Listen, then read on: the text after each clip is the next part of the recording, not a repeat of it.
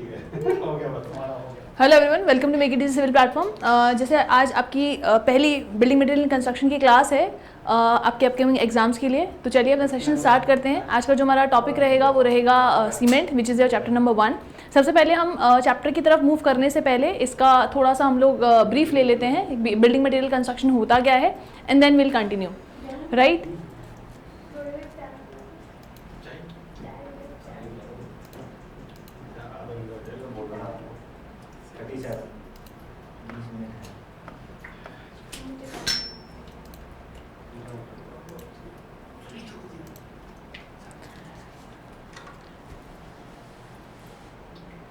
Okay class, अब बात करते हैं बिल्डिंग मटेरियल इन कंस्ट्रक्शन की।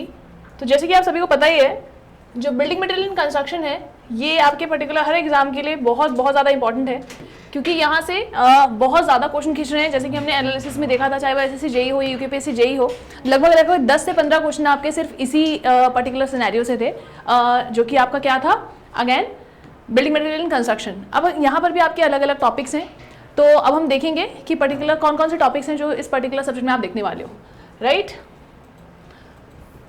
तो सबसे पहले हम बात कर लेते हैं कि कौन कौन से मटेरियल हैं जो आप बिल्डिंग मटेरियल इन कंस्ट्रक्शन में पढ़ते हैं, जो आपके सिलेबस में है, जो आपके कंपटीशन में आते हैं। तो सबसे पहला मटेरियल जो आप देखते हो बिल्डिंग मटेरियल इन कंस्ट्रक्शन में, अगेन यहाँ पर जैसे कि cement, this is one of the material that you have, जो कि आप कंस्ट्रक्शन पे या कहीं पर भी देखते हो। बिल्डिंग मटेरियल मतलब कोई भी ऐसा मटेरियल जो कि कंस्ट्रक्शन के लिए आप यूज़ कर रहे हो, तो वो आपका बीएमसी में कंसिडर किया जाएगा, ठीक है ना। चाहे वो ईंट हो, पत्थर हो, लकड़ी हो, आप उसको कंस्ट्रक्शन में यूज़ कर रहे हो in the construction of particular building, जो भी आप किसी भी कंस्ट्रक्शन में यूज़ कर रहे हो, तो वो बिल्डिंग मटेरियल की कैटेगरी में कंसिडर किया जाएगा। जैसे कि आपका सीमेंट हो गया, इसके अलावा ब्रिक्स हो गए, स्टोन्स हो गए, मोटार हो गया, कंक्रीट हो गया, एग्रीगेट्स हो गए, लाइम हो गया, ठीक है ना। मेजर मटेरियल आपके सीमेंट, ब्रिक, स्टोन, मोटा, कंक्रीट, एग्रीगेट्स, लाइम। इसके अलावा आपके पेंट्स, इसके अलावा टिम्बर।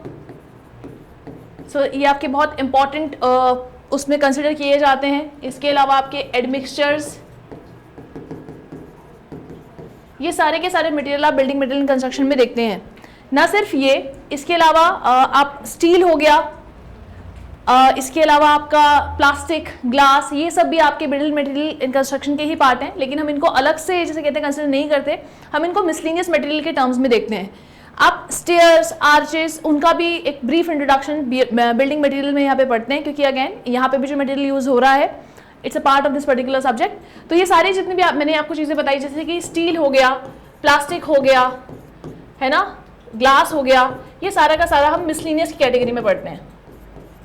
किसकी कैटेगरी में पढ़ते हैं बेटा? मिसलिनियस जो मटेरियल्स होते हैं उनकी कैटेगरी में हम ये पर्टिकुलर मटेरियल्स पढ़ते हैं। तो यहाँ पर आपने देख लिया कि बिल्डिंग मटेरियल्स बेसिकली कौन कौन से मटेरियल है जो कि आप देख रहे हैं।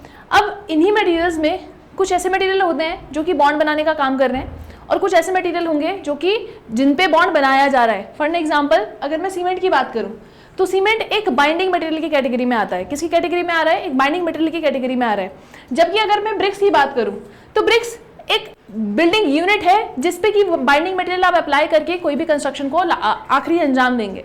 तो यहाँ पर अगेन अलग अलग मटेरियल्स हैं, उनकी अलग अलग कैरेक्टरिस्टिक्स हैं, अलग अलग प्रॉपर्टीज है और अलग अलग फंक्शंस हैं उनके परफॉर्म करने के लिए। कोई बाइंडिंग का एक्शन परफॉर्म करेगा, कोई यूनिट का एक्शन परफॉर्म करेगा, और इस तरीके से आपके कंस्ट्रक्शन फेजेस आगे बढ़ते रहते हैं, ठीक है ना। तो अब यहाँ पर जो हम मेजर अगर हम देखें टॉपिक्स कौन कौन से हैं जिनसे काफ़ी क्वेश्चन खींचते हैं, उनमें से अगर आप देखेंगे तो सबसे मेजर आपका ये सीमेंट ही है, जिसमें आपके मैक्सिमम क्वेश्चन यहाँ से खिंच जाते हैं। मैक्सिमम इन द सेंस मतलब मेजर प्रपोर्शन यहाँ पे सीमेंट कंस्टिट्यूट करता है as far as your exam is concerned, right.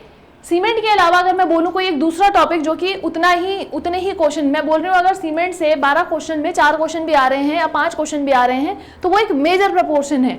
इसके अलावा इसके बाद जो टिम्बर है आपका, टिम्बर से भी काफ़ी क्वेश्चन आपके पूछे जाते हैं, सीमेंट हो गया, टिम्बर हो गया, ये तो बिल्कुल आपके बिल्डिंग मटेरियल कंस्ट्रक्शन की जान है, जहां से ऑब्जेक्टिव आपका काफी यहां से खिंच जाता है बेटा, ठीक है ना। फिर आपने कंक्रीट टेक्नोलॉजी के टर्म्स में एक सब्जेक्ट पढ़ा होगा, है ना। तो अब कंक्रीट टेक्नोलॉजी हम अलग से नहीं पढ़ते हैं, concrete technology building material construction के साथ ही आप लोग कंसिडर करते हो, इसी में आपको पूरा पढ़ाया जाएगा कंक्रीट के बारे में, उसकी प्रॉपर्टीज के बारे में, वर्केबिलिटी के बारे में, जितना भी कुछ होता है कंक्रीट में सारा का सारा हम यहीं पे पढ़ेंगे उसके बारे में, ठीक है ना। तो इनके बाद जो एक मेजर मैं बोलूंगी तो वो एक कंक्रीट वाला जो आप पार्ट देखते हो वो भी एक बहुत मेजर रोल प्ले करता है। मैं ये नहीं कह रही हूँ बाकी सारे बेकार है, ये सारे भी पढ़ने हैं, क्योंकि वो जो बाकी के क्वेश्चन आ रहे हैं ना, 12 क्वेश्चन में से मान लो 4 सीमेंट ले गया, 3 टिम्बर ले गया, 7 क्वेश्चन हुए, 5 क्वेश्चन तो फिर भी बचे हैं तुम्हारे पास, तो बाकी के 5 क्वेश्चन कहाँ से आ रहे हैं? वो बाकी के 5 क्वेश्चन इन्हीं सब में से आ रहा है, ठीक है ना। बाकी का 5 क्वेश्चन आपका स्टोन से, ब्रिक से, एग्रीगेट से, लाइम से, पेंट से, अगर ब्रिक भी एक मेजर पार्ट है इस पर्टिकुलर उसका टॉपिक्स का, मतलब सब्जेक्ट का, ठीक है ना। तो अगर मैं इनको बोलूं तो बाकी जो आपके क्वेश्चंस आ रहे हैं ना बेटा, वो सारे के सारे इन्हीं सब से आ रहे हैं जो आप देख रहे हो। और आपको पता है एग्जाम क्रैक करने के लिए एक नंबर भी बहुत होता है, काफी बच्चे जो जेई बने हैं अभी वो एक एक नंबर से पार थे, बस 651 मान लो कट ऑफ था तो 652 उनके नंबर थे, है ना। तो इस तरीके से आपको एक एक नंबर वो बचा के चलना है, तो आपको ये पूरा पढ़ना, इसको तो बिल्कुल कंठस्थ कर लेना है आपने, बिल्कुल घोट के पी जाना है, इस तरीके से आपको ध्यान में रखना है, ठीक है। आज जो हम टॉपिक स्टार्ट करने वाले हैं वो है सीमेंट। तो चलिए अपने टॉपिक की तरफ बढ़ते हैं, सीमेंट के बारे में बात करते हैं। जब हम सीमेंट के बारे में बात करते हैं तो सबसे पहले तो जैसे कि मैंने आप लोगों को अभी थोड़ी देर पहले बताया, सीमेंट एक तरीके का बाइंडिंग मटेरियल है जो कि बॉन्ड बनाने का काम करता है। तो इसका प्राइम फंक्शन क्या है? बॉन्ड बनाने का काम करता है। कौन? सीमेंट। तो prime function of cement is to provide bond और to bind the two building units together. तो ये आपका सीमेंट का रोल होता है। या फिर आप इसको इस तरीके से भी समझ, अगर डिफाइन करना चाहें तो कैसे डिफाइन करेंगे कि क्या है ये? It's a kind of artificial building material या बाइंडिंग मटेरियल, डायरेक्टली लिखेंगे artificial binding material. It is a kind of artificial binding material which is used to bind two building units together, which is used to bind two building units together. तो एक ऐसा artificial binding material जो कि 2 building units को bind करने का काम करता है, उसको आप सीमेंट के नाम से यहाँ पे जान रहे हैं। I hope it is clear to you. अब आपको इतना पता चल गया कि सीमेंट क्या है? आर्टिफिशियल बाइंडिंग मटेरियल है। तो इसका नाम ये आर्टिफिशियल कैसे पड़ा, पहले हम ये जानने की थोड़ी कोशिश करेंगे। इसके लिए हमें थोड़ा सा पिछले उसमें देखना पड़ेगा कि सीमेंट किस तरीके से सीमेंट बना, है ना।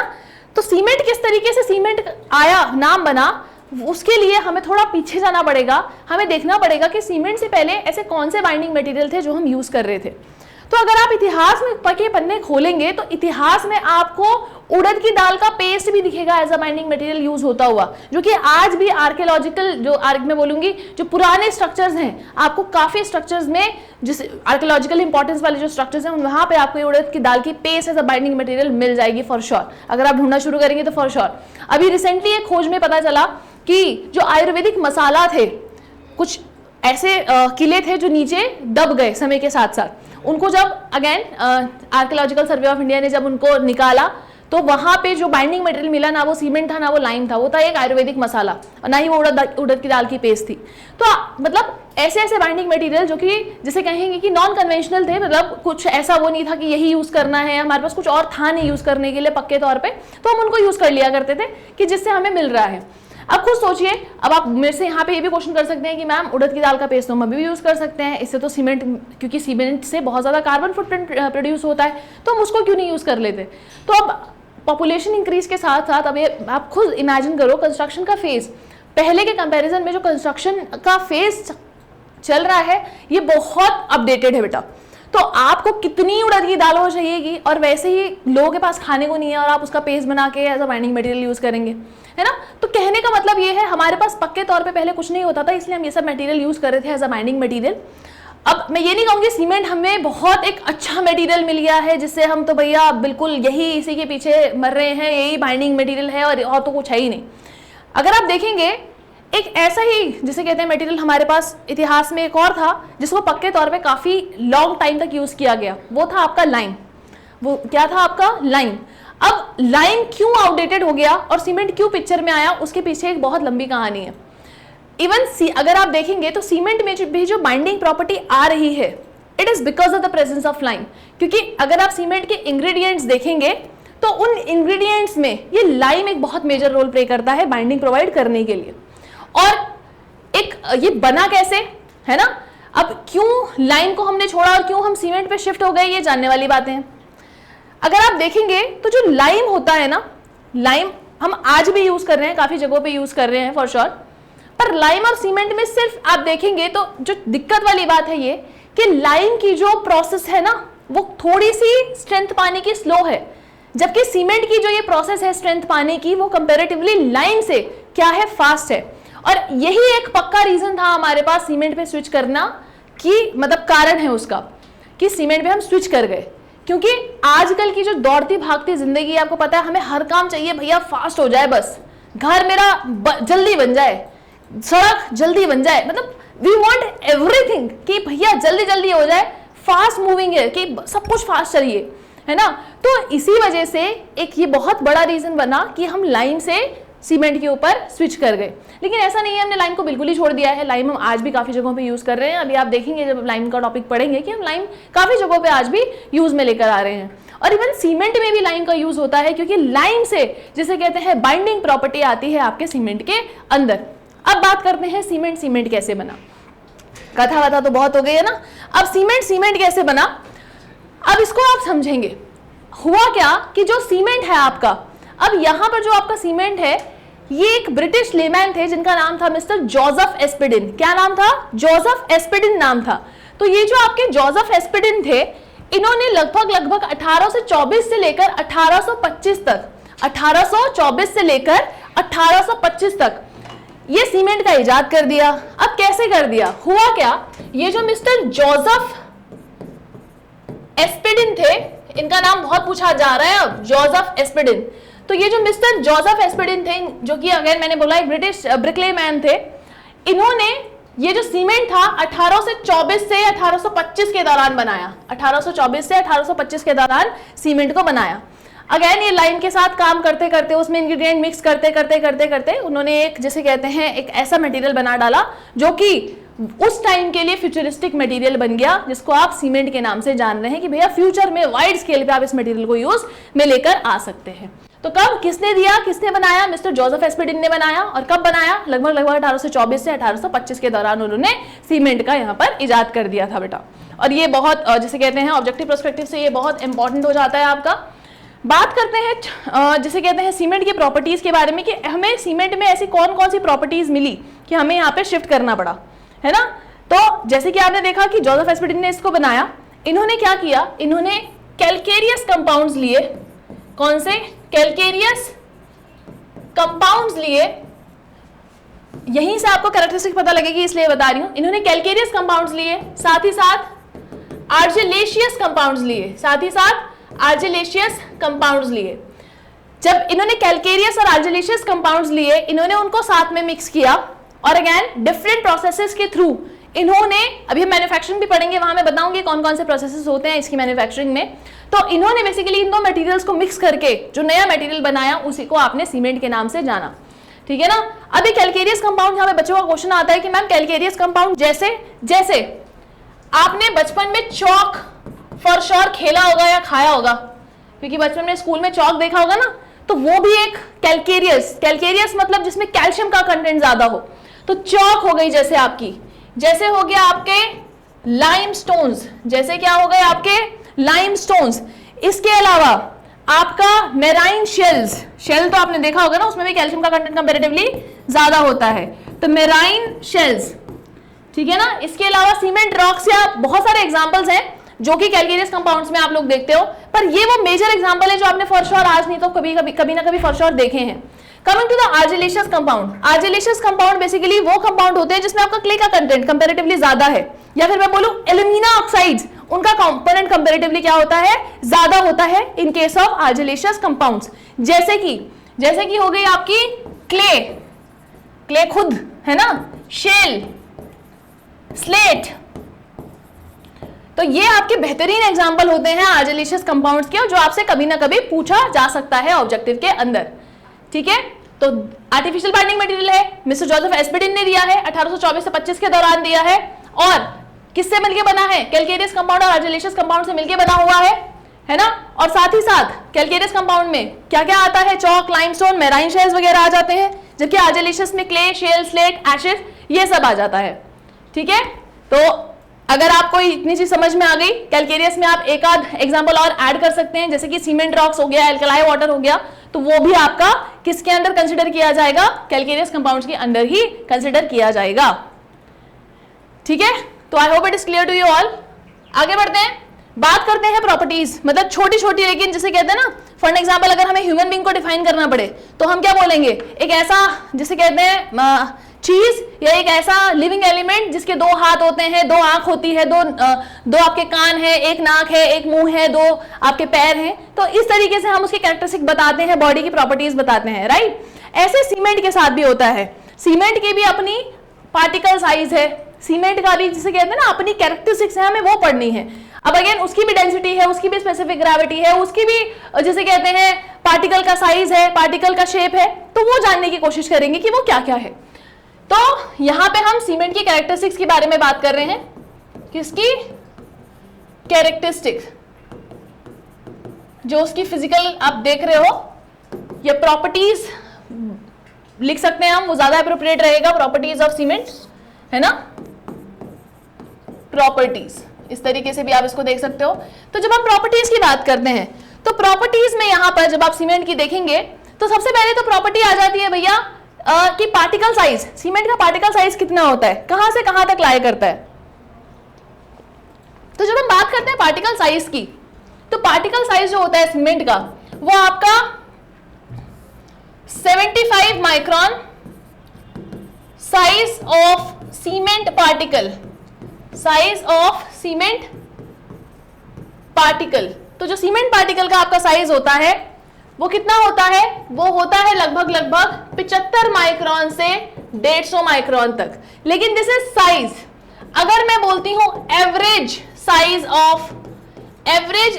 ऑफ सीमेंट पार्टिकल, अगर हम बात करते हैं किसकी? Average size of cement particle, तो जो एवरेज साइज होता है सीमेंट पार्टिकल का वो होता है आपका 15 माइक्रोन। और ये है आपका 5 सितारा ऑब्जेक्टिव क्वेश्चन। पहले तो वो भाई साहब ये पूछते थे, लेकिन अब वो भाई साहब स्विच हो गए हैं आपके क्वेश्चन, ये जो हमने सेकंड स्टेटमेंट लिखा है इस पे। अब ये फ्रीक्वेंटली आपका साइज ना पूछ के एवरेज साइज पूछता है, और बच्चा आपका वही 75 माइक्रोन आंसर मार्क करके आता है। ठीक है, I hope it is clear to you. अब बात करते हैं वेट की। अब आप बोलोगे मैडम पार्टिकल का वेट कहां से आ गया? तो हम पार्टिकल के वेट की बात नहीं कर रहे हैं, हम वेट ऑफ सीमेंट बैग की बात कर रहे हैं बेटा, वेट ऑफ सीमेंट बैग। तो जो एक सीमेंट बैग होता है ना, अब आप बोलोगे सीमेंट बैग क्यों? क्योंकि सीमेंट सिर्फ और सिर्फ 50 किलो के कट्टे में ही अवेलेबल होता है। मुझसे वाइट सीमेंट की बात मत करना, मैं ट्रेडिशनल सीमेंट की बात कर रही हूँ। जो आपका ट्रेडिशनल सीमेंट आप देखते हो, जिसको एज अ बाइंडिंग या कंस्ट्रक्शन करने के लिए काम में लेकर आ रहे हो, उसका बेसिकली जो है एक कट्टे का वेट जो होता है 50 किलो ही होता है, ना उससे कम ना उससे ज्यादा। और ये बहुत बार पूछा जा रहा है, तो आपको पता होना चाहिए सीमेंट आपका जो ट्रेडिशनल सीमेंट आप देखते हो, it is there in 50 kg bag only. ठीक है ना वो 1 किलो मिलेगा, ना वो 10 किलो मिलेगा, ना वो 15 किलो मिलेगा, ना वो 60 किलो का बैग मिलेगा, वो आपको मिलेगा कितना? 50 किलो का। तो weight of 1 cement bag is equal to how much? It is equal to 50 kg। ठीक है ना। अगेन अब बात करते हैं वॉल्यूम की। Volume of 1 bag of cement, volume of 1 bag of cement. तो जब आप वॉल्यूम की बात करते हो, volume is again volume of 1 cement bag कितना होता है? 1440 1440 kg पर मीटर क्यूब, 1440 kg पर मीटर क्यूब। तो ये होता है आपका एक कट्टे का वॉल्यूम। ठीक है, सॉरी ये डेंसिटी है, ये वॉल्यूम लिख दिया है मैंने, डेंसिटी और की यूनिट लिखी हुई है और, ठीक है ना, this is density of 1 bag of cement. Volume की जगह डेंसिटी लिख दिया, सो सॉरी, और यूनिट भी वही लिखी है। चलिए, तो volume of 1 bag of cement कितना होता है? 0.0347 मीटर क्यूब। और इसको अगर आपको लीटर में चेंज करना है, 1 metre cube is equal to 1000 litres. 1 metre cube में कितने लीटर होते हैं बेटा? 1000 लीटर्स होते हैं। तो अगर मेरे को इसको लीटर्स में लिखना है तो कितना हो जाएगा 34.7 लीटर्स, कितना 34.7 लीटर्स में आ जाएगा आपका आंसर, ठीक है ना। वही बात करते हैं डेंसिटी की, किसकी, density of 1 bag of cement, density of 1 bag of cement. तो सीमेंट की एक बैग की जो डेंसिटी होती है, डेंसिटी का फॉर्मूला क्या होता है, rho is equal to mass per unit volume of a substance. Again आप इसको निकाल सकते हो 50/0.0347, आप भी निकालो, मैं भी आपके साथ कैलकुलेट करती हूं। देखिए कितना आ रहा है वॉल्यूम ऑफ 1 बैग, जल्दी देखिए। हालांकि आप लोगों को वहां पे पता चल गया है, पर फिर भी एक बार प्लीज ट्राई करें, यहां से आपको पता चल जाएगा कितना आंसर आएगा। मास पर यूनिट वॉल्यूम बोला था 50 मास कितना था 50 kg, वॉल्यूम कितना था 0.0347 मीटर क्यूब, है ना। तो अगेन यहां से जो डेंसिटी आएगी वो आएगी 1440 kg पर मीटर क्यूब। कितनी आएगी 1440 kg पर मीटर क्यूब, आपकी डेंसिटी यहां से आ जाएगी। अब बात करते हैं किसकी, अब बात करेंगे स्पेसिफिक ग्रेविटी की। तो बताएं स्पेसिफिक ग्रेविटी का फॉर्मूला क्या होता है।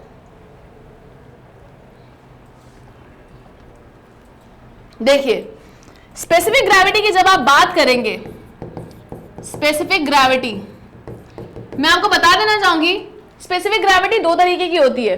एक होती है आपकी मास स्पेसिफिक ग्रेविटी और दूसरी होती है आपकी specific gravity due to solids. अब आप देखिए इसको समझते हैं पहले, उसके बाद यहां पे लिखेंगे स्पेसिफिक ग्रेविटी कितनी होती है। तो स्पेसिफिक ग्रेविटी जैसे कि मैंने बताया दो तरीके की होती है, एक होती है मास स्पेसिफिक ग्रेविटी और दूसरी होती है आपकी specific gravity due to solids, due to solids. तो ये दो तरीके की आपकी स्पेसिफिक ग्रेविटी देखने को मिलती है। जब आप बात करते हैं मास स्पेसिफिक ग्रेविटी की, स्पेसिफिक ग्रेविटी का जनरल फॉर्मूला जो होता है वो क्या होता है, यूनिट वेट ऑफ, जो भी आप सैंपल उठा रहे हैं, सॉइल है सॉइल, सॉलिड है सॉलिड, तो unit weight of that particular sample divided by unit weight of water, या फिर density of that particular material to that of the density of water. तो ये जनरल फॉर्मूला होता है आपका स्पेसिफिक ग्रेविटी का। जब आप बात करते हैं किसकी, मास स्पेसिफिक ग्रेविटी की, किसकी बात कर रहे हैं, अगर आप बात कर रहे हैं मास स्पेसिफिक ग्रेविटी की, तो मास स्पेसिफिक ग्रेविटी के केस में जो सॉइल है वो एज अ होल लेते हो आप, मतलब मैं सॉइल के सॉलिड्स नहीं गिन रही हूं, क्योंकि soil is a 3 phase system जिसमें एयर भी है, वाटर भी है और सॉलिड के पार्टिकल्स भी हैं। So just because it's a 3 phase system, तो यहां पर सॉइल मतलब अगेन अगर मैं आपको एक एग्जांपल दिया है, तो अगर मैं बात कर रही हूं मास की, तो आई am taking the total mass, मैं उसमें से कोई एक एलिमेंट नहीं उठा रही हूं, उसके सॉलिड्स अलग नहीं कर रही हूं और वॉइड्स को अलग नहीं कर रही हूं, I am taking the whole sample. तो मास स्पेसिफिक ग्रेविटी में जैसे मैंने लिखा था, स्पेसिफिक ग्रेविटी का फॉर्मूला क्या होता है बेटा, यूनिट वेट या फिर density of that particular material to that of the density of water. तो यहां पर ये हो जाएगा density of the whole mass of cement to that of the density of water, density of whole mass of cement to that of the density of water, या फिर इसको इस तरीके से भी लिख सकते हैं, G is equal to density of total cement, क्योंकि वहां पे तो हम सीमेंट सॉलिड्स की बाइफरकेट कर सकते हैं सॉलिड के केस में, तो यहां पे आप लिख सकते हो directly density of cement to that of the density of water. It is clear है। तो जब आप यहां पर डेंसिटी ऑफ सीमेंट या डेंसिटी ऑफ वाटर लिखेंगे तो वहां से आपको मिलेगा क्या, मास स्पेसिफिक ग्रेविटी। क्या मिलेगा, मास स्पेसिफिक ग्रेविटी। और दूसरा होता है आपका second one is specific gravity due to solids. तो बेसिकली वो स्पेसिफिक ग्रेविटी जो सॉलिड्स की वजह से है, तो यहां पे इसको डिनोट किया जाता है GS and is equal to density of cement solids, मतलब अब हमने वॉइड्स नहीं लिए, खाली खाली सॉलिड्स उठाए, to that of the density of water. और जब आप इसको निकालेंगे तो जब, क्योंकि आपको डेंसिटी ऑफ सॉलिड्स पता नहीं है ना, तो इसकी मैं डायरेक्ट वैल्यू आपको बताती हूँ, इट इज इक्वल टू 3.15। तो जो सीमेंट की स्पेसिफिक ग्रेविटी आप देखते हो ना 3.15, जो ऑब्जेक्टिव में पूछी जाती है, बहुत इंपॉर्टेंट है ये, वो 3.15 ही पूछी जाती है। लेकिन आजकल एग्जामिनर भी बहुत एडवांस हो गए हैं, क्वेश्चन पूछने का तरीका बदल गया है, तो अब वो मास स्पेसिफिक ग्रेविटी पूछने लगे हैं। तो आप जो वो 3.15 रट के जाते हो ना, it is actually the specific gravity due to solids, it is actually specific gravity due to solids, which is equal to 3.15, which is equal to 3.15. Coming to the mass specific gravity, mass specific gravity जो भी आपने पीछे देखा, क्या देखा पीछे, ये देखिए आपने क्या देखा, density of 1 bag of cement. अब जब हम बैग की बात कर रहे हैं उसमें तो अगेन सीमेंट भी है और उसके अंदर के वॉइड्स भी हैं, पूरा का पूरा है ना, तो यहां से जो आपकी स्पेसिफिक ग्रेविटी निकल के आती है वो आपकी मास स्पेसिफिक ग्रेविटी होती है एक्चुअली, है ना। अगर आप अब इसको निकालेंगे, डेंसिटी को ले लीजिए, कितना डेंसिटी, ठीक है, कितना है density of this particular bag is 1440, तो हम यहीं से स्पेसिफिक ग्रेविटी निकालने वाले हैं। देखिएगा डेंसिटी ऑफ सीमेंट इज 1440, क्योंकि हम प्रत्येक बैग के हिसाब से निकालते हैं, to that of the density of water. अब ये किस में था, केजी पर मीटर क्यूब में था, केजी पर मीटर क्यूब में था, और आप सभी को पता होगा इन केजी पर मीटर क्यूब जो डेंसिटी ऑफ वाटर होती है वो कितनी होती है, 1000 होती है। दिस इज स्टैंडर्ड, मैं लिख देती हूँ यहाँ पे density of water in KG per metre cube, in KG per metre cube is at 4 degree Celsius, क्योंकि स्टैंडर्ड टेम्परेचर होता है, तो at 4 degree Celsius it is equal to 1000 KG per metre cube. ये मैं आपके एडिशनल नॉलेज के लिए बता रही हूँ यहाँ पे, और यही अगर ग्राम पर सेंटीमीटर क्यूब में होता तो ग्राम पर सेंटीमीटर क्यूब में जो डेंसिटी ऑफ वाटर होती है at 4 degree Celsius it is equal to 1, it is equal to 1। ये चीज आप लोगों को पता होनी चाहिए। तो एट 4 डिग्री सेल्सियस याद रखना, that is standard temperature. Gamma W in again KG per metre cube था, ग्राम पर सेंटीमीटर क्यूब, ग्राम पर सेंटीमीटर क्यूब में कितना हो जाएगा 1, ग्राम पर सेंटीमीटर क्यूब में कितनी वैल्यू आएगी बेटा 1 आएगी, याद रखिएगा इसको। तो यहाँ पे जब आप इसको डिवाइड करते हैं it will come out as 1.44, और ऑब्जेक्टिव में आपको ये दिखा नियरली 1.5 के बराबर कंसिडर करते हैं, मतलब ऑप्शन में देते हैं, तो उस केस में वो आपका आंसर हो जाएगा। तो this is actually mass specific gravity of cement which is taken as 1.5 और 1.44. 1.44 is the exact value whereas 1.5 is given in the objective as per the examiner. Clear है? और 3.15 इज दी जिसे कहते हैं specific gravity due to solids, जो आपको ऑफनली objective में again ये भी दिखता है। जब उसको मास पूछना होगा तो ऑब्वियसली हमेशा मेंशन करेगा, खाली स्पेसिफिक ग्रेविटी बोल रहा है go for specific gravity due to solids, लेकिन अगर वो स्पेशली मेंशन कर रहा है मास, उस केस में आप 1.5 देंगे। तो क्वेश्चन प्लीज ढंग से पढ़ लीजिएगा इस पर्टिकुलर क्वेश्चन को सॉल्व करने के लिए, ठीक है। I hope it is clear to you all. तो यहाँ पे स्पेसिफिक ग्रेविटी खाली मैंने लिखी हुई है, तो specific gravity of cement is again how much, it is equal to 3.15। Clear, because it is actually the specific gravity due to solids. जैसे बाय डिफॉल्ट अगर हम कुछ नहीं बोलते कि +4 -4, माइनस के लिए हमेशा लगाते हैं ना दिस इज -4, प्लस के लिए तो कुछ नहीं लगाते कि +4 है, हम हमेशा बोलते हैं 4, +4 नहीं बोलते ना, या +10 नहीं बोलते ना, मतलब प्लस नहीं लगाते जब भी हम कोई नंबर बोलते हैं। तो बाय डिफॉल्ट अगर स्पेसिफिक ग्रेविटी बोल रहा है तो it is specific gravity due to solids. अगर उसको मास पूछना होगा तो वो मेंशन करेगा एवरी टाइम, ठीक है ना। I hope it is clear to you all. अगर ये क्लियर है तो आगे बढ़ते हैं।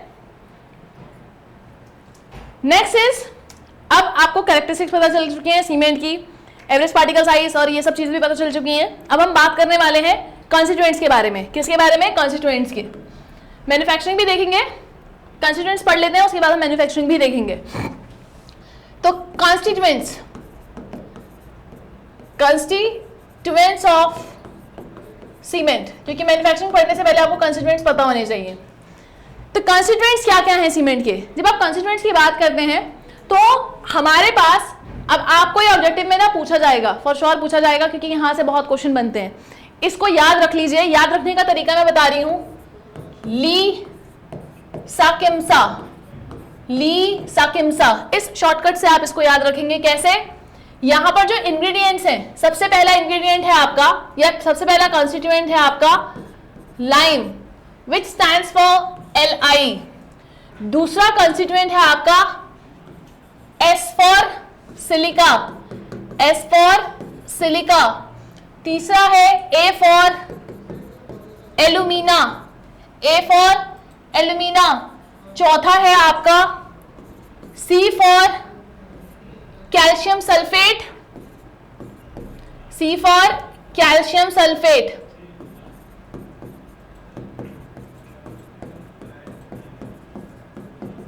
पांचवा है आपका I फॉर आयरन ऑक्साइड, छठा है आपका मैग्नीशिया, M फॉर मैग्नीशिया, सातवां है आपका S फॉर सल्फर, और last but not the least 8th one is A for एल्कलाइज।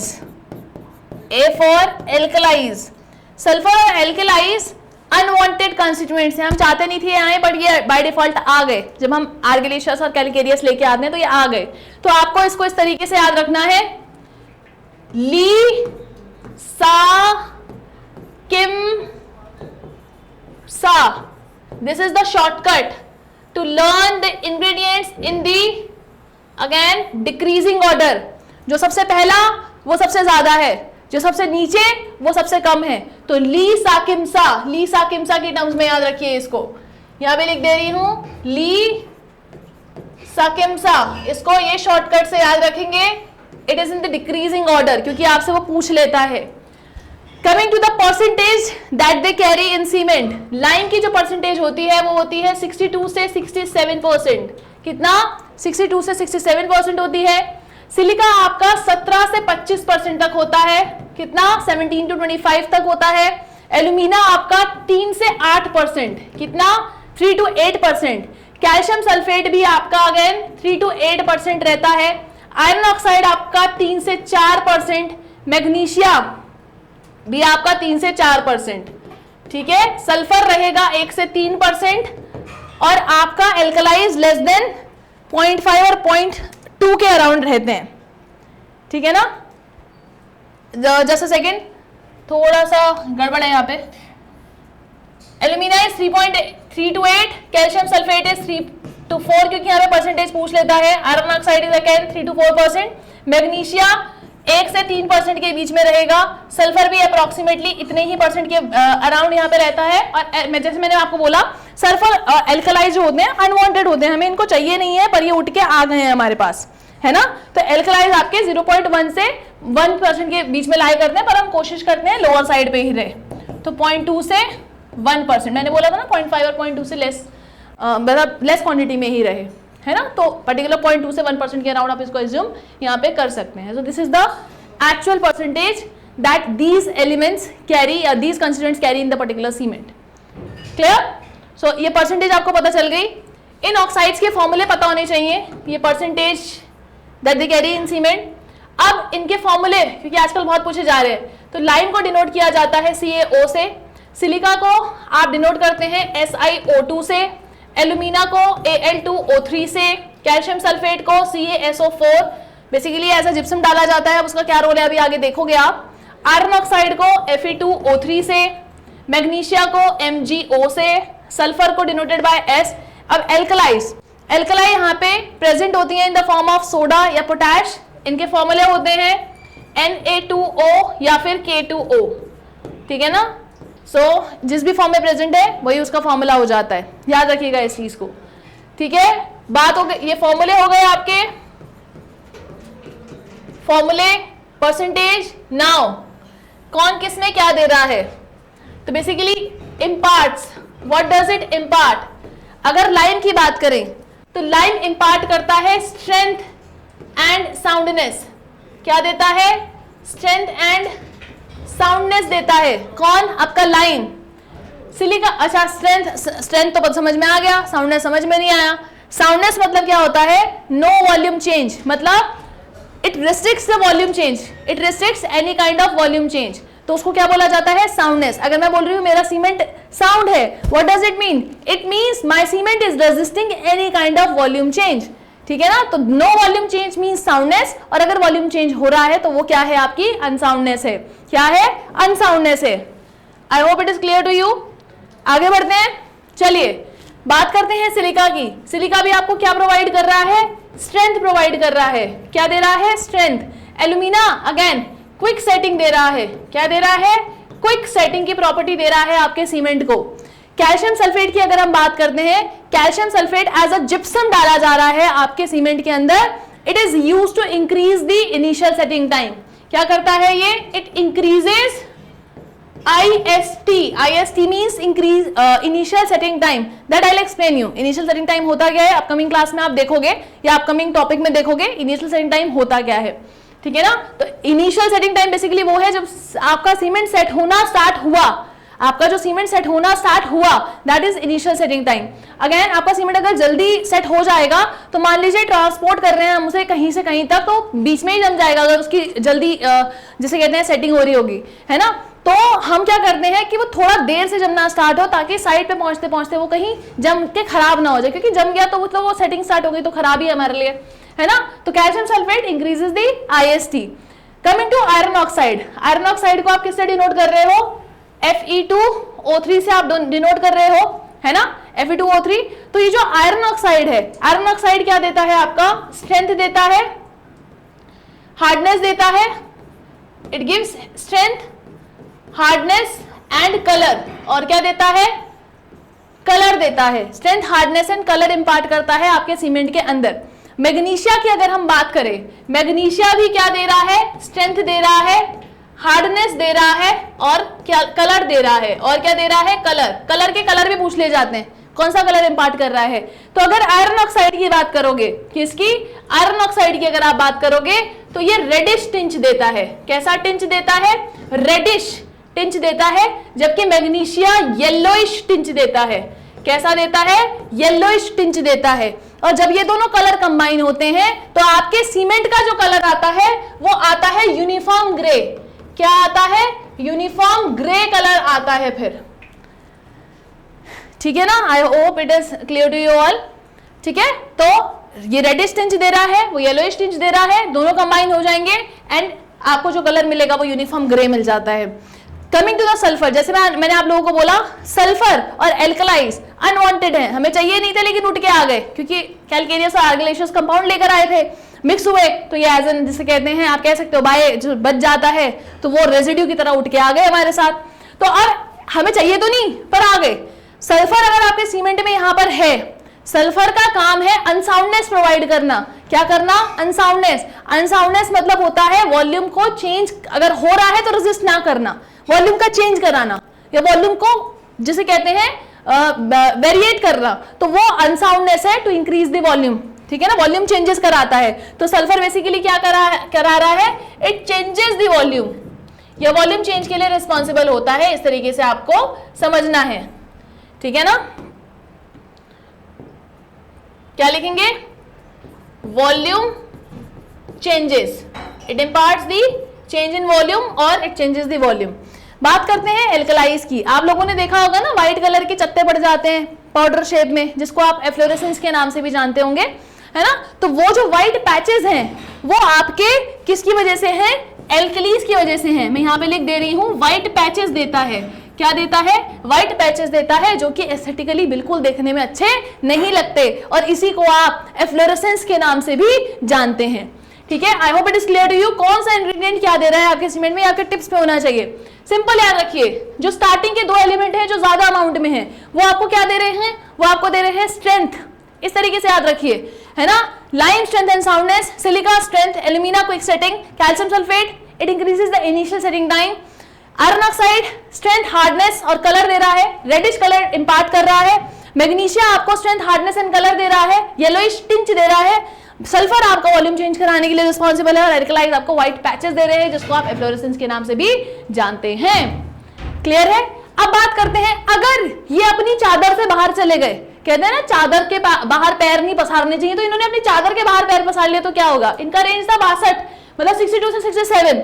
तो अगर इस रेंज से बाहर चले गए फिर क्या हो जाएगा? तो वो भी जानना बहुत जरूरी है। तो समझते हैं, अगर आपका लाइन अपनी चादर के बाहर पैर पसारता है, मतलब 62 से 67% के बाहर चला गया अगर आपका लाइन, उस केस में क्या होगा? लाइम अगर आपका इस रेंज से बाहर चला जाएगा तो क्या दे रहा था भैया? स्ट्रेंथ एंड साउंडनेस दे रहा था। लेकिन इफ इन एक्सेस मतलब जरूरत से ज्यादा हो गया तो ये देगा अनसाउंडनेस। क्या देगा भैया? अनसाउंडनेस नाम की, मतलब वॉल्यूम चेंज को पहले रेजिस्ट कर रहा था, अब वॉल्यूम को चेंज कराने का काम करेगा। तो अनसाउंडनेस देगा कौन? ज्यादा हो जाने पे लाइम। बात करते हैं अब सिलिका की।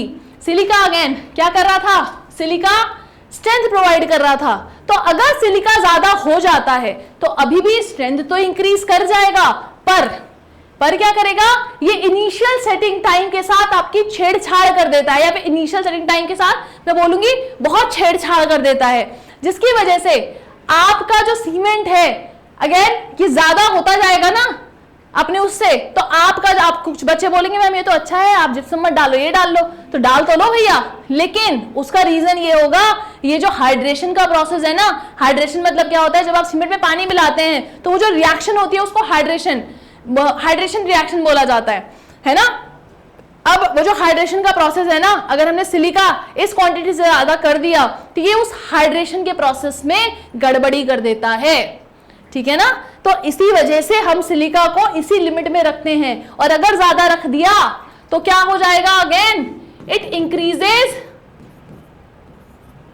Setting time, it increases setting time. Setting time को क्या कर देता है भाई साहब, ये इंक्रीज कर देता है। अब कुछ बच्चे बोलेंगे मैडम हाँ जिप्सम भी तो डल रहा है, तो समझिए हाइड्रेशन में जिसे कहते हैं क्या कर रहा है, हाइड्रेशन रिएक्शन को अगर इफेक्ट कर रहा है तो हमारा लिए जिप्सम डालना ही ठीक है, सिलिका डालना ठीक नहीं है, क्योंकि हाइड्रेशन की वजह से ही आपका जो सीमेंट है वो इतनी जिसे कहते हैं स्ट्रेंथ जल्दी अटेन कर पा रहा है, अदरवाइज तो दिक्कत हो जाएगी, है ना। इसीलिए हम सिलिका 25% से ज्यादा नहीं डालते हैं। वहीं अगर आपने एल्यूमिना डाल दिया एक्सेस में तो यहां पर ये आपके सीमेंट को वीक कर देता है, तो इट वीकन्स दी सीमेंट, क्या कर देता है, सीमेंट को वीक कर देता है, it weakens the cement in if it is in excess, ठीक है ना। अब जिप्सम हमारा खाली इनिशियल सेटिंग टाइम इंक्रीज कराने का काम करता है, इसका कोई दूसरा काम है नहीं। फिर बात करते हैं आयरन ऑक्साइड की, ये भी हमारा स्ट्रेंथ, हार्डनेस और कलर ही दे रहा है।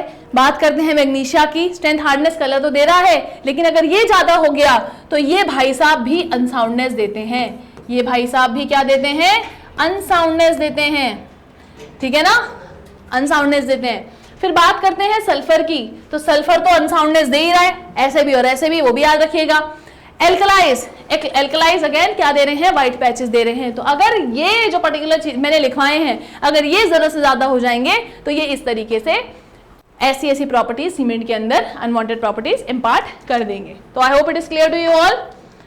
तो यहां पर आपके कंस्टिट्यूएंट्स मैंने ऑलमोस्ट सारी चीजें बता दी हैं आपके कंस्टिट्यूएंट्स के बारे में। अब हम बढ़ते हैं थोड़ा सा आगे, ठीक है ना। अब ये जो आपने इंग्रेडिएंट्स लिए, आपने इनको साथ में इंटरग्राइंड किया और बर्न कर दिया। मैंने क्या किया, if these ingredients are intergrinded and burn together,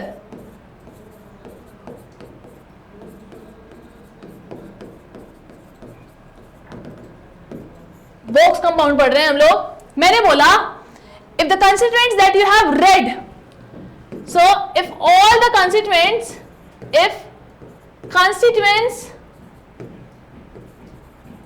are intergrinded, if constituents are intergrinded and burnt together,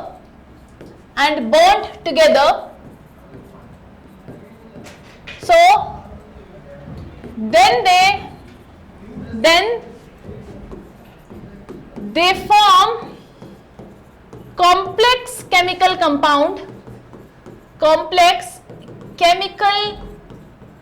compounds known as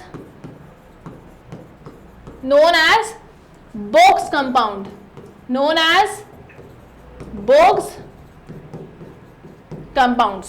So मैंने क्या बोला, ये जो कंस्टिट्यूएंट्स आप लोगों ने देखे, अगर एक कंस्टिट्यूएंट्स को इंटरग्राइंड करोगे और बर्न करोगे साथ में, तो इनकी वजह से कॉम्प्लेक्स केमिकल कंपाउंड बन जाएंगे, जिनको आप बोक कंपाउंड के नाम से जानते हैं। और जिस भी सीमेंट में जो भी प्रॉपर्टी आ रही है वो एक्चुअल में इन्हीं कंपाउंड की वजह से आ रही है। अभी देखेंगे कैसे।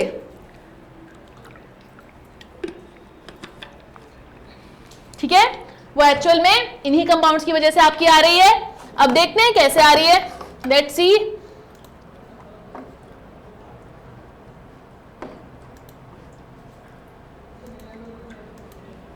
ठीक है ना, तो चलिए आइए देखते हैं।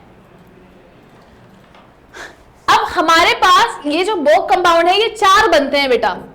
पहला है हमारे पास C3A। पहला कौन सा है, C3A। इसको आप किस नाम से जानते हैं, try calcium aluminate. Try calcium aluminate. अभी इसका देखिए जो दूसरा नाम है ना, केमिकल नाम इसका अलग है। ये तो जो कंपाउंड का मैंने नोटेशन लिखा है, नोटेशन के हिसाब से नाम है, पर इसका केमिकल नाम अलग है। इसका केमिकल नाम जो एक्चुअल नाम होता है ना, एक होता है ना एलियास, तो बेसिकली कुछ राइटर्स होते हैं जिनका नाम कुछ और होता है, और जिसे कहते हैं फॉर एग्जाम्पल सूर्यकांत त्रिपाठी जी हैं जिनको हम निराला के नाम से जानते हैं, अगर हम हिंदी की किताबें आप लोगों ने पढ़ी होंगी तो वो जो एलाइस बेसिकली इस तरीके से झूठा नाम उन्होंने रखा हुआ है ना, निराला के नाम से वो फेमस है ज्यादा, ठीक है। तो यहाँ पर भी आपका क्या है, इसका जो केमिकल नाम है वो अलग है, पर नोटेशन के हिसाब से हम लोग, क्योंकि केमिकल फॉर्मूला इसका अलग है, ये खाली नोटेशन है, ये खाली क्या है नोटेशन। जैसे सोडियम का नोटेशन Na है, पोटेशियम का K है, इसी तरीके से C3A is a notation for that particular chemical compound, ठीक है ना।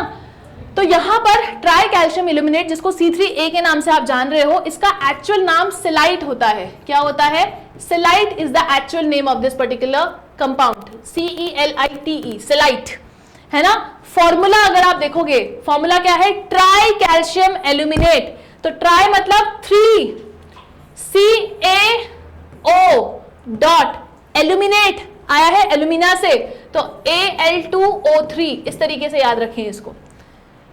ट्राई कैल्शियम, कैल्शियम है मतलब, है ना, ट्राई मतलब 3, तो 3 CaO एल्यूमिनेट, एल्यूमिना से आया है, तो एल्यूमिना का फॉर्मूला Al2O3, तो 3 CaO डॉट Al2O3, इस तरीके से केमिकल फॉर्मूला आपने इसको याद रखना है।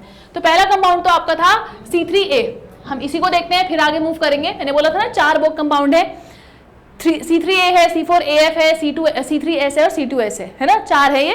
तो पहला C3A है, पहले इसी के बारे में जान लेते हैं।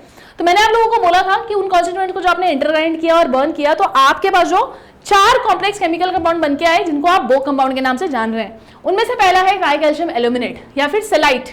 इसका जो परसेंटेज रहता है, ये सारी चीजें आपके ऑब्जेक्टिव के लिए इंपॉर्टेंट है। इसका जो परसेंटेज रहता है आपका सीमेंट के अंदर 4 से 14%, 4 से 14%। अब आपने देखा होगा जब आप सीमेंट में पानी डालते हैं तो एक धुआं सा उठ के आता है, एकदम क्या होता है? धुआं सा उठ के आता है। उस धुएं को बोलते हैं हीट ऑफ हाइड्रेशन। क्या बोला जाता है? हीट ऑफ हाइड्रेशन बोला जाता है। और ऐसा क्यों होता है? सीमेंट में पानी डालते एकदम पानी एकदम धुआं निकल गया, ऐसा क्या हो जाता है? सीमेंट के अंदर आग लग जाती है क्या? ऐसा कुछ नहीं होता बेटा। जब आप सीमेंट में पानी डालते हो ना, तो वो जो पहला कंपाउंड जो सीमेंट के साथ रिएक्ट कर रहा होता है, वही होता है आपका C3A, ट्राई कैल्शियम एल्यूमिनेट, ठीक है ना। तो सबसे पहला पॉइंट जो इसमें मैं लिखूंगी, it reacts with cement with in 24 hours. It reacts with cement with in 24 hours. तो सीमेंट के साथ ये विद इन 24 आवर्स रिएक्ट कर जाता है, ठीक है ना। इट रिएक्ट्स विद सीमेंट, मैं इसको दोबारा लिखती हूँ क्योंकि यहाँ पे थोड़ा स्पेस ऐसा हो रहा है, रुकिए। So it reacts with cement within 24 hours after। जब आपने पानी डाला ना, पानी डालने के within 24 hours ये सीमेंट के साथ रिएक्ट कर जाता है, ठीक है ना। 4 से 14% मैं इधर लिख ले रही हूं।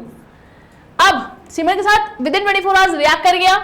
दूसरी चीज जो है यहाँ पे जानने वाली, मैंने आपको क्या बोला, जैसे ही सीमेंट के अंदर पानी गिरता है वैसे ही सबसे पहला कंपाउंड C3A रिएक्ट करता है। इतनी चीज आपको समझ में आ गई। फिर मैंने बोला जो धुआं निकल रहा है उसको क्या बोला जाता है? हीट ऑफ हाइड्रेशन बोला जाता है। अब जैसे ही, अब अगर C3A वो पहला कंपाउंड है जो पानी के साथ रिएक्ट कर रहा है, तो आपके सीमेंट के अंदर जो एकदम वो फ्लैश सेटिंग आती है ना, वो भी C3A की वजह से आती है। क्या प्रोवाइड करता है सीमेंट को? Flash set. जो इन सेटिंग आती है ना सीमेंट के अंदर, जो आप देखते हैं ना सेटिंग आई, फ्लैश सेट आया जो सीमेंट के अंदर, जो सेटिंग आई उसके अंदर, वो it is because of the C3A। Flash set मतलब इंस्टेंट जो सेटिंग आई, it is because of the C3A Bogue compound in cement. C3A की वजह से आता है फ्लैश सेट, और ये बहुत इंपॉर्टेंट है क्योंकि ये ऑब्जेक्टिव्स में भर भर के पूछा गया है बहुत बार। So which of the following Bogue compound imparts flash set? कौन सा Bogue compound flash set impart करता है? कौन सा? C3A। गांठ बांध के रख लो इस चीज को, ठीक है ना। C3A इम्पार्ट करता है। टाइम, ये जितने भी पॉइंट्स लिखा रही हूं टू द पॉइंट है, कुछ फालतू बकवास नहीं है, सबके सब टू द पॉइंट है, ठीक है ना। सीमेंट के साथ 24 आवर्स के अंदर रिएक्ट कर रहा है, फ्लैश सेटिंग दे रहा है। तीसरी चीज जो इसकी एक खास है, ये maximum heat of hydration release करता है, मैक्सिमम हीट ऑफ हाइड्रेशन देता है। क्या देता है? मैक्सिमम हीट ऑफ हाइड्रेशन कौन देता है? ट्राई कैल्शियम इल्यूमिनेट आपको दे रहा है, ठीक है ना। अब अगेन यहां पे आपको इतनी चीज समझ में आ गई होगी, ठीक है। और अगर अब मैं आपसे पूछूं कि भैया सबसे खतरनाक बोक कंपाउंड कौन सा होता है, ठीक है, आपने यहाँ पे एक वर्ड देखा ना, मैक्सिमम हीट ऑफ हाइड्रेशन। तो अगर मैं आपसे अब पूछूं कि मैक्सिमम, मैं बोलूं सबसे बेकार या सबसे खतरनाक जो इंग्रेडिएंट होता है वो सीमेंट का हार्मफुल इंग्रेडिएंट कौन सा होता है, तो आपका आंसर बिल्कुल खुला आना चाहिए C3A। पता है क्यों? ये मैक्सिमम हीट ऑफ हाइड्रेशन की वजह से। आपने अक्सर देखा होगा, आपने कभी ऐसा सुना है कि पूरे सीमेंट की दीवार बना डाली बिना सैंड के? कभी ऐसा सुना है? क्योंकि ऐसा हो नहीं सकता। आप अमीर हो, ऑल्दो मैं बोल रही हूँ बहुत अमीर हो, लेकिन तब भी आप पूरी दीवार सीमेंट के साथ नहीं बना सकते। Reason is this C3A। अगर आपने पूरी दीवार सीमेंट की बना दी तो वहां से आपका रिलीज होगा बहुत अमाउंट में C3A, मतलब हीट ऑफ हाइड्रेशन काफी निकल रही है, और उस हीट ऑफ हाइड्रेशन की वजह से उस दीवार में पड़ जाएंगी त्रेड़ें, और त्रेड़ वाली दीवार के साथ तो रहने से अच्छा है फिर आप सैंड मिला के दीवार बना लो भैया, है ना। इसीलिए सीमेंट की, आप बोल रहे हो खाली सीमेंट की दीवार नहीं बन सकती, इट इज नॉट पॉसिबल, क्योंकि हीट ऑफ हाइड्रेशन इतनी रिलीज होगा कि उस दीवार में पहले ही त्रेड़ें आ जाएंगी। तो हम अवॉइड करते हैं कि हम पर्टिकुलर कंस्ट्रक्शन खाली सीमेंट से कर दें। इसलिए आप वो जो इंग्रेडिएंट देख रहे हो ना, मोटार में हम सैंड मिला के लगा रहे हैं, ये सब उसका रीजन ही यही है, ताकि वो गैसेस इजीली पास हो जाए, साथ ही साथ हीट ऑफ हाइड्रेशन कम से कम रिलीज हो। क्लियर है? तो चलिए आगे बढ़ते हैं। तो इसकी मैक्सिमम हीट ऑफ हाइड्रेशन ये रिलीज कर रहे हैं भाई साहब। मैं ये नहीं बोल रही हूँ इनकी निकालने की स्पीड भी ज्यादा है, मैं ये बोल रही हूँ इनके पास मैक्सिमम है, और it is one of the harmful ingredient of cement. इस चीज को आप याद रखिएगा, क्योंकि ये बहुत बार ऑब्जेक्टिव में पूछा जा चुका है अब, ठीक है ना, अलग अलग एग्जाम्स में। तो maximum heat of hydration release करते हैं भाई साहब, ठीक है, जिसकी वजह से क्रैक्स आ जाते हैं आपके सीमेंट के अंदर। कभी आपने देखा है ना क्योरिंग नहीं की हो, तो क्योरिंग अगर हम नहीं करते हैं, क्योरिंग मतलब पानी वानी जब डालते हैं, बन जाती है कोई कंस्ट्रक्शन, तो उसके बाद आप उसमें पानी वानी डाल रहे होते हैं ना, या फिर जूट बैग्स गीले करके लगा देते हो, वहाँ पे डाल देते हो, या पानी स्टोर कर लेते हो, तो मतलब उस पर्टिकुलर कंस्ट्रक्शन पे, तो आप क्या कर रहे हो बेसिकली, आप हीट ऑफ हाइड्रेशन तो बैलेंस करने की कोशिश कर रहे हो, और जो लोग नहीं करते हैं उनके वहाँ त्रेड़े आ जाती हैं या क्रैक्स आ जाते हैं, ठीक है ना। तो I hope it is clear to you all. Next चीज जो याद रखने वाली है, एक चीज मैं आपको यहाँ बताती हूँ। आप सभी को पता, अभी थोड़ी देर पहले मैंने आप लोगों को बताया था इंग्रेडिएंट्स जब हम पढ़ रहे थे, सल्फर, क्योंकि सल्फर अनवांटेड इंग्रेडिएंट है, हमें चाहिए नहीं था लेकिन उठ के आ गया। तो सल्फर बेसिकली वॉल्यूम चेंज करा रहा है, और हमेशा याद रखना जहां पानी वहां सल्फर, इस तरीके से याद रखने के लिए बता रही हूँ, जहां पानी वहां क्या सल्फर भी होगा फॉर श्योर, है ना, इस तरीके से याद रखने के लिए बता रही हूँ। तो अब ये जो पर्टिकुलर C3 है ना, इसका जो रेजिस्टेंस होता है सल्फर, अगर मान लीजिए सल्फर का अटैक हो गया है ना, तो ये अपने हाथ खड़े कर देगा। ये क्या कर देगा? अपने हाथ खड़े कर देगा। तो ये क्योंकि आजकल पूछा जा रहा है, मैं इसलिए बता रही हूँ कि विच of the following compound is inactive in front of sulphur. तो इनएक्टिव कौन सा है? C3A। It doesn't act in front of sulphur, मतलब अगर सल्फर का अटैक होगा तो ये सीमेंट का रेजिस्टेंस यहाँ पे क्या है, कम होता है सल्फर के अटैक के प्रति, जस्ट बिकॉज ऑफ दिस, अगर उसमें C3A ज्यादा है तो आप ऐसा लिख सकते हैं, it reduces the resistance of cement against the attack of sulphur. इस तरीके से आप इसको लिख सकते हैं। दैट फोर्थ पॉइंट हम ये लिख देते हैं, it reduces the resistance of cement against attack of sulphur. Sulphur के अटैक के अगेंस्ट यहां पे पर्टिकुलर क्या कर लेते हो आप, ये अपने हाथ खड़े कर देता है। इट रिड्यूसेस द, जिसे कहते हैं रेजिस्ट। अब एक और बात बताते हैं, आपने अभी थोड़ी देर पहले जिप्सम भी पढ़ा था, और आपने पढ़ा था कि gypsum is used to increase the initial setting time, मतलब बढ़ा रहा है। तो ये C3A का मॉलिक्यूल है, वो बढ़ा कैसे रहा है पता है आपको? C3A is the first molecule to react with water whenever water is added to the cement. तो पहला मॉलिक्यूल है जो वाटर के साथ रिएक्ट करता है जब पानी डाला जाता है सीमेंट के अंदर। तो अब क्या होता है, जब जिप्सम क्यों मिलाते हैं हम लोग, जिप्सम एक परत बना देता है C3A के ऊपर। क्या बना दे रहा है? जिप्सम एक परत बना दे रहा है इस तरीके से। तो ये वो परत है जो जिप्सम ने C3A के ऊपर बना दी, मतलब उसने हर C3A मॉलिक्यूल को इस तरीके से कवर कर लिया, ठीक है ना। क्या होता है, सीमेंट की जब मैन्युफैक्चरिंग हो रही होती है ना, तो आप सभी को जिप्सम का फॉर्मूला पता होगा, CaSO4.2H2O। This 2H2O is water of crystallization, है ना। तो जिप्सम का फॉर्मूला क्या होता है? CaSO4.2H2O। तो this 2H2O is the water of crystallization. तो जब मैन्युफैक्चर हो रहा होता है आपका सीमेंट का, तो ये वाटर ऑफ क्रिस्टलाइजेशन वेपराइज कर जाता है, ठीक है ना, हट जाता है वहां से मैन्युफैक्चरिंग के दौरान।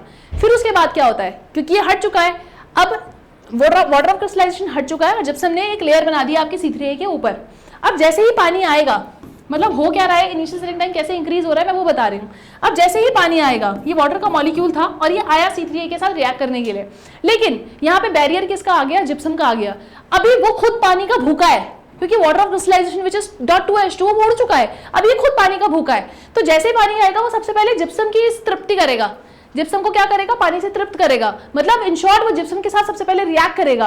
और इसी रिएक्शन के टाइम में जितना टाइम लूज हो जाएगा और जितना टाइम निकल गया वही आपका इनिशियल सेटिंग टाइम बढ़ गया। मान लीजिए इनिशियल सेटिंग टाइम आपका पहले 20 मिनट था मान लीजिए, और 20 मिनट आपका मतलब लगते थे C3A को पानी के साथ रिएक्ट करने के लिए। बट क्या हुआ, जब आपने जिप्सम अगेन मिला रखा है उसके अंदर, तो उसने कोटिंग बना रखी है। अब जब आपने पानी डाला तो पहले जिप्सम ने रिएक्ट किया, 10 मिनट तक जिप्सम और पानी की लड़ाई हो रही है या फिर रिएक्शन हो रहा है। तो ये आप सोचिए, पहले वो 20 मिनट था, अब जो इनिशियल सेटिंग टाइम आ रहा है आपका मान लीजिए 30 मिनट आ रहा है। तो वो इसीलिए आ रहा है क्योंकि बाकी के 10 मिनट जिप्सम लड़ाई कर रहा था पानी के साथ कि भैया पहले तू मेरे साथ रिएक्शन कर, उसके बाद तू C3A के पास जाएगा, ठीक है ना। और जब पानी डाला जाएगा थोड़ी देर तक उसे जिप्सम संभालता है, जैसे ही जिप्सम ने रिएक्शन कर लिया अपना कंप्लीट, उसके बाद वो C3A के साथ जाता है रिएक्ट करने के लिए, और फिर होता है आपका अगेन फर्दर हाइड्रेशन का प्रोसेस, ठीक है ना। तो I hope it is clear to you all. तो जिप्सम बेसिकली आप जब मिला देते हैं, दिस पिंक जो हमने लाइनिंग बनाई है, this is the lining for gypsum, जो कि C3A को बिल्कुल कवर कर लेता है, क्योंकि मैन्युफैक्चरिंग के दौरान जिप्सम का वाटर ऑफ क्रिस्टलाइजेशन लूज कर जाता है। तो जैसे ही पानी जिप्सम एक लेयर बना लेता है और C3A के ऊपर, और जैसे ही पानी आएगा सबसे पहले जिप्सम रिएक्ट करेगा, और जिप्सम ने जैसे रिएक्शन कर लिया उसके बाद तो C3A के साथ रिएक्ट करेगा। इसी वजह से आपका इनिशियल सेटिंग टाइम बढ़ जाता है, पहले मान लीजिए 20 मिनट था तो अब हो गया 30 मिनट, तो बढ़ गया है ना। तो वो it is because of the gypsum. तो जो इनिशियल सेटिंग टाइम हम डाली जिप्सम इसलिए रहे हैं ताकि वो IST जैसे कहते हैं बढ़ जाए, आपका इनिशियल सेटिंग टाइम बढ़ जाए, ठीक है ना। इस तरीके से रहता है, याद रखिएगा इस चीज को।